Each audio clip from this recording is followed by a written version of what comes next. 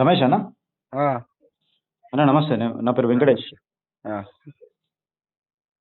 Hello, చెప్పండి. ఈ కొత్తపల్లి సతీష్ అని మీరు కొత్తపల్లి ఆ, సతీష్ బాధితులని నాకు తెలిసింది. అవునవును. ఏందన్నా మిమ్మల్ని ఏం చేసిండు మిమ్మల్ని? ఇక మరి రైల్వే దాంట్లో జాబ్ ఇప్పిస్తామని 5 లక్షలు తీసుకున్నాడు ఎవరు మీ కొడుకా బిడ్డగా?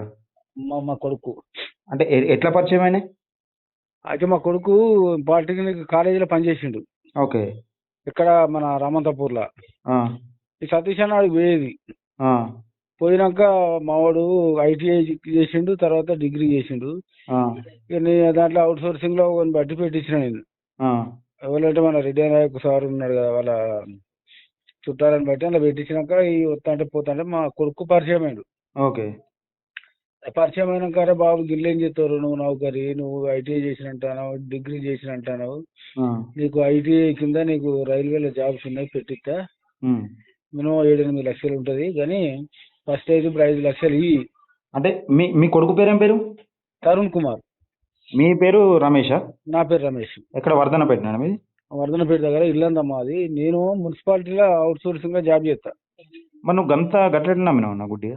ఇక నేను ఎట్లా నమ్మినా అంటే మా కొడుకుని బోర్లు వేసిండు. నౌకరి నా ఫ్యూచర్ నువ్వు అది చేస్తావా ఇది చేస్తావా అంటే మా కొడుకు ఆ, పెట్టిస్తా అనేసరికి రైల్వే జాబ్ నెలకు నీకు 40,000 శాలరీ వస్తుంది ఫస్ట్ అనగానే, ఈ 10 నెలలు చేసినా ఆయనకి ఇచ్చిన పైసలు పోతాయి, మనకు ఫ్యూచర్ ఉంటుంది అంటే ఆ, ఇక సరే. నేను ఇంతవరకు నా జన్మలో ఎవరిని నేను 10,000 రూపాయలకు కూడా నమ్మను.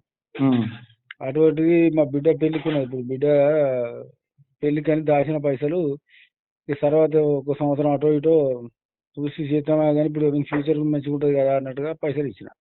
మీరేంటి, మీరు లంబాడేనా? లేదు, మేము సాకలలో. అచ్చా అచ్చా, అదే మీరు సాగులు. ఓకే. ఆయన కూడా సాకలు అనేది క్యాస్ట్ ఫీలింగ్ లో బోర్లు వేసి, లేకపోతే నేను ఆ మాత్రం కూడా అది చేయబోతాను. మరి ఏమంటాడు, లిఫ్ట్ చేస్తాడా ఫోన్ ఎప్పుడన్నా? ఫోన్ ఇప్పుడు ఈ మధ్య లిఫ్ట్ చేస్తే అది లిఫ్ట్ చేసేది రోజు రేపు అని. నాకు ఇప్పుడు 3 చెక్కులు ఇచ్చిండు. చెక్ బౌన్స్ అయినాయా? 3 చెక్కులు బౌన్స్ అయినాయి. ఇంకో 4 కదా ఇచ్చింది. ఒకటేమో ఏంటిది అది, ఉమ్, ఏమో ఏదో మామూలు చెక్ ఇచ్చిండు, వాళ్ళ బ్యాంకులో పోయి పైసలు తీసుకోపో అంటాడు. ఆడికి పోతే అలా పైసలు ఉన్నాయి. ఉమ్, ఇక ఇప్పుడు మొన్న దాకా ఏదో డీడీ వస్తాను నీకు, ఇది అది డీడీ చేసిన అన్నాడు. ఉమ్. ఇక డీడీ లేను, ఏం చేస్తావు, పైసలు ఇస్తావా లేకపోతే వచ్చి ఇంటి కూడా కూర్చున్నది అంటే, నేను ఈ పార్టీలో పోతాను, ఇటు పోయి ఆడిపోతాను, నా పని తీరది, నేను ఈ 2 రోజుల పైసలు ఇచ్చి అది చేస్తాను. గత 2 రోజుల తర్వాత నుంచి ఫోన్ లేపుతలేదు ఇక. ఉమ్. అంటే ఈ మధ్యలో కలిసారు ఎప్పుడన్నా? ఈ మధ్యలో నాకు గలవలేవు, 15 రోజుల కానీ ఫోన్ లేపుతలేదు ఇక. ఒక్కసారి వాట్సాప్ కాల్ చేస్తే, అన్నా నేను కొంచెం అర్జెంట్ పని మీద ఉన్నా, నీకు మళ్ళీ రిటర్న్ కాల్ చేస్తే ఆగమన్నాడు. ఉమ్. చేయలే. అంటే ఇప్పుడు నీ లెక్క ఎవరైనా బాధితులు ఉన్నారా? మరి నీకు తెలిసిన వాళ్ళు ఎవరైనా ఉన్నారు అట్లా? ఇప్పుడు మా అంటే వాళ్ళ అమ్మడైనా ఒక ఆయన ఇచ్చిండు, కానీ మళ్ళీ ఆయన పైసలు ఆయనకు రిటర్న్ ఇచ్చేసిండు. ఆహా. అంటే అది కూడా ఫస్ట్ ఇవే ఇక జాబులు పెట్టిస్తా అని డబ్బులు తీసుకుంటారు. ఆ. ఓకేనా? మీరు మల్లన్న కూడా ఫోన్ చేసినట్టు తెలిసింది నాకు. మల్లన్న సార్కు మేము ఏం చేయాలి అంటే, మా కొడుకు ఆ, ప్రియాంకు అట, మన ప్రియాంకర్ సార్ కని ఆ, చేసిండు. చేస్తే మళ్ళీ నెంబర్ ఇస్తే నేను మాట్లాడినా. ఆ. నేను మాట్లాడితే సరే నేను కొంచెం సోమవారం రోజు మరి వస్తే రాండి అన్నాడు. కానీ ఇక నాకు ఇప్పుడు ఈ పండుగ మీ ముందు కొడుకు ఉన్నాడు ఇప్పుడు నీ దగ్గర ఉన్నాడా? ఉన్నాడు. ఒకసారి. హలో బ్రదర్ నమస్తే, నా పేరు వెంకటేష్, నేను Venky with Telangana YouTube channel మనది.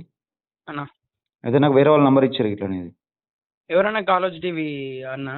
కాలేజ్ టీవీ కాదు, శివ అని మన వర్ధనపేట టీం ఉంటుంది కదా, మన మల్లన్నకు సంబంధించిన వాళ్ళు అన్న.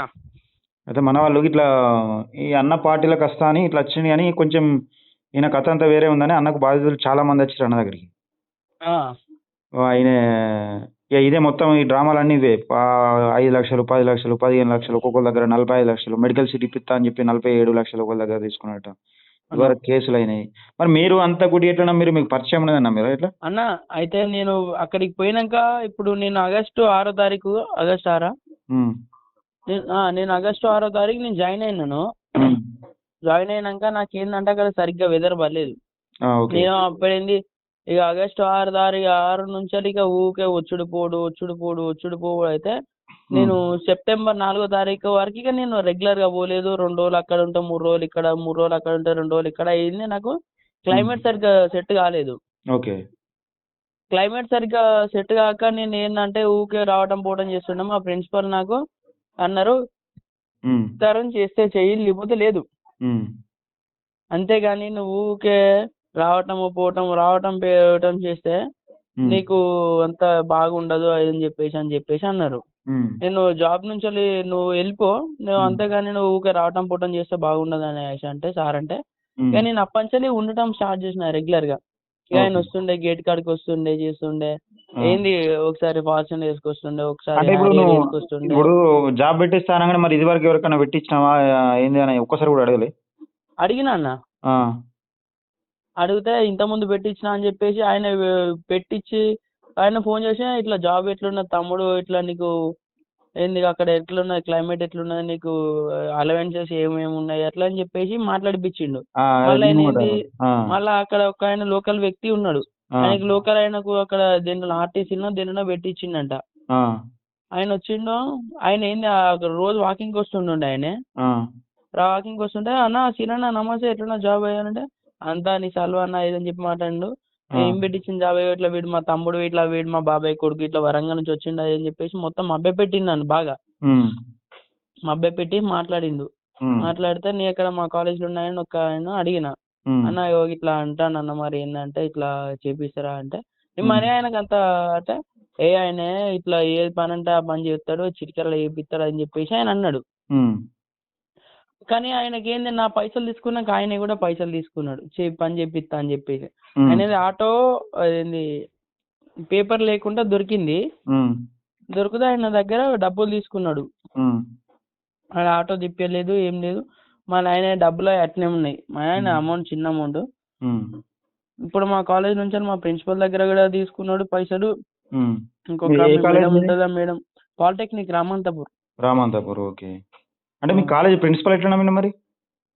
ప్రిన్సిపల్ది కూడా ఏదో ప్రమోషన్ గురించి అని చెప్పి ఇచ్చిందట అన్న. ఎంత అమౌంట్ తెలుసా ఏమన్నా? అమౌంట్ అయితే ఇప్పుడు క్యూనివర్స్లో ఏమో 6 lakh అన్నారు, ఇంకోటి కాలేజ్ టీవీలో ఏమో 3 lakh అన్నారు. ఆ, 5.5 అని చెప్పేసి అక్కడ కాలేజ్లో సార్ వాళ్ళు మాట్లాడుకుంటుంటే విన్నా నేను. అయితే నేను మెసేజ్ ఏం పెట్టినా అంటే, అన్న నేనైతే మీ ఇంటికి వెళ్తా, నేను మా ఇంటికి పోవాలా అని అడిగిన. ఇంటికి పోతానన్నా అంటే సరే పో అన్నాడు. ఉమ్, ఎవరి ఇంటికి అంటే మీ ఇంటికి పోవాలా, మా ఇంటికి పోతా, మీ ఇంటికి పోవాలా మరి మా ఇంటికి పోవాలా అని అడిగిన.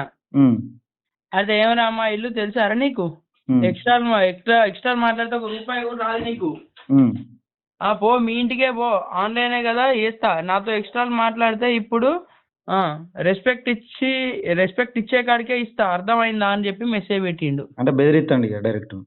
బెదిరిస్తాడు. అంటే ఇప్పుడు నీకు నమ్మకం ఉన్నదా డబ్బులు వస్తాయని ఇంకా? ఇట్లా కూల్గా మాట్లాడుతున్నా, ఇస్తాడు కావచ్చు అని చెప్పేసి అట్లా కూల్గా ఉంటానన్న. ఆడు దొంగ తమ్ముడు, ఆడు బాగా ఇట్లనే బాగా చేసిండు. మొన్న September 30th 1 year అయింది. అన్న అయితే నేను ఒకసారి కొంచెం ఏది ర్యాష్గా మాట్లాడినా.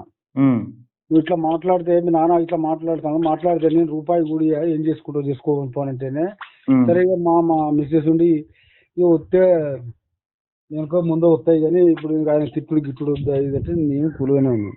ఉమ్, నేను మున్సిపాలిటీలో పని నైట్ డ్యూటీ చేసి డే డ్యూటీ ప్లంబర్ పనికి పోయి ఆడో ఈడే రూపాయి పోగేసి ఆయనకి ఇచ్చిన.